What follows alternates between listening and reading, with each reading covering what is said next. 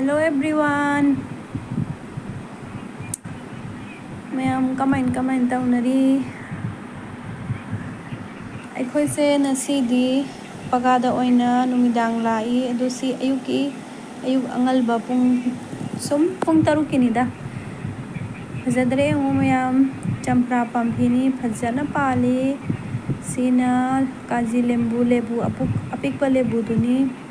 sisu fazana pandana lairame adubu aikoise laidramina adum alakpa nabudi hei adu airasu aikoina chatpa dabudi adum achau bam haido hektana purai aikoise nong makhaktagi numidang si makhaktagi laimi adum chak chara wanjalaga adum chatlani adu mathau amagi lakpani mayam du loiraga matungda kari tawi ang halake pulaw oina khaitang taurani pulaw thong draina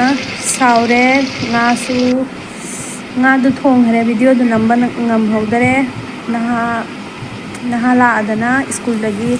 adu pulaw se thonge el sulaite sansa sulaite adu nga khaitang lai nga du thonge aduga pulaw maga charani haple chabagi video di hapla aroige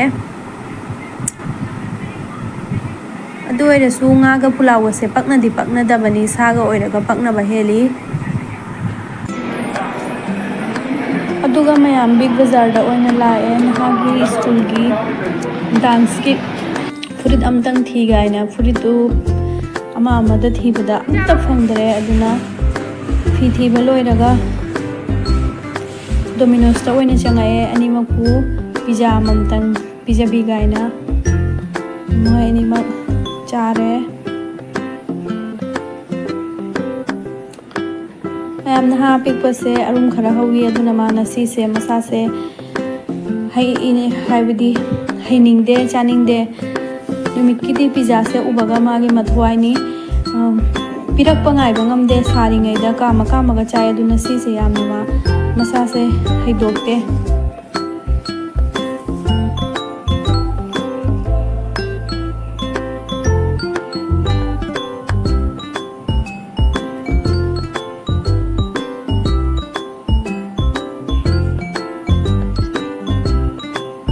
adu loiraga aikoise video da oina lae video se amak phauchang si haiba de adu oirasu aina nasidi pujalae aduga video da yengbada magi furit se lairame magi furit se pink ni adosu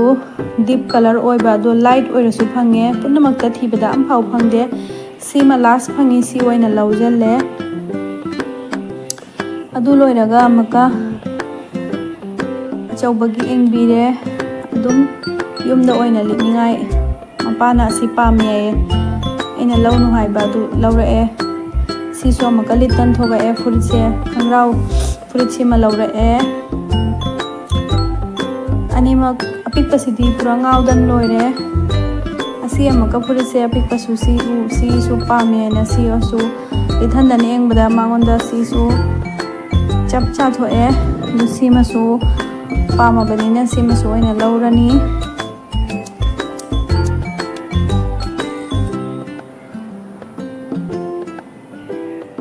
adu loiraga counter sida changbada counter gi counter se exchange ki counter na e makhada ko moina makhada kumaga bill tawhamda chelani apik pasidi ngawbada pura magi anabagar mafam se yorokpada phagare du loiraga khoi kuma e makhada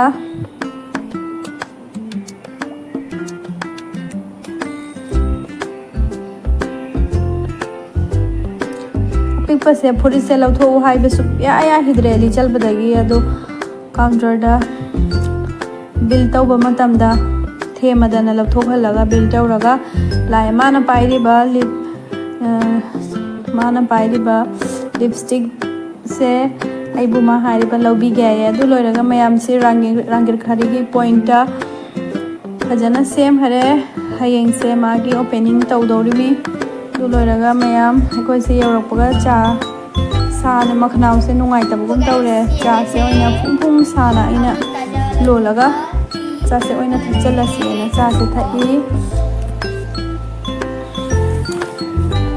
ꯃꯥꯏ ꯄꯄꯥꯗꯤ ꯌꯧꯔꯛꯄꯒ ꯗ꯭ꯌꯨꯇꯤꯗ ꯃꯥꯗꯤ ꯆꯦꯟꯈ꯭ꯔꯦ ꯑꯩꯈꯣꯏ ꯆꯥ ꯍꯥꯟꯅ ꯊꯛꯇꯣꯛꯑꯦ ꯆꯥ ꯀꯥꯞ ꯑꯃꯇꯪ ꯊꯛꯑꯒ ꯀꯣꯟꯅ ꯆꯥꯛ ꯊꯣꯡꯒꯠꯂꯁꯨ ꯊꯣꯡꯒꯠꯂꯒꯦ ꯑꯩꯅ ꯆꯥꯁꯦ ꯍꯥꯟꯅ ꯌꯧꯔꯛꯄꯒ ꯐꯤ ꯍꯣꯡꯗꯣꯛꯄꯒ ꯆꯥꯁꯦ ꯍꯥꯟꯅ ꯂꯣꯜꯕꯅꯤ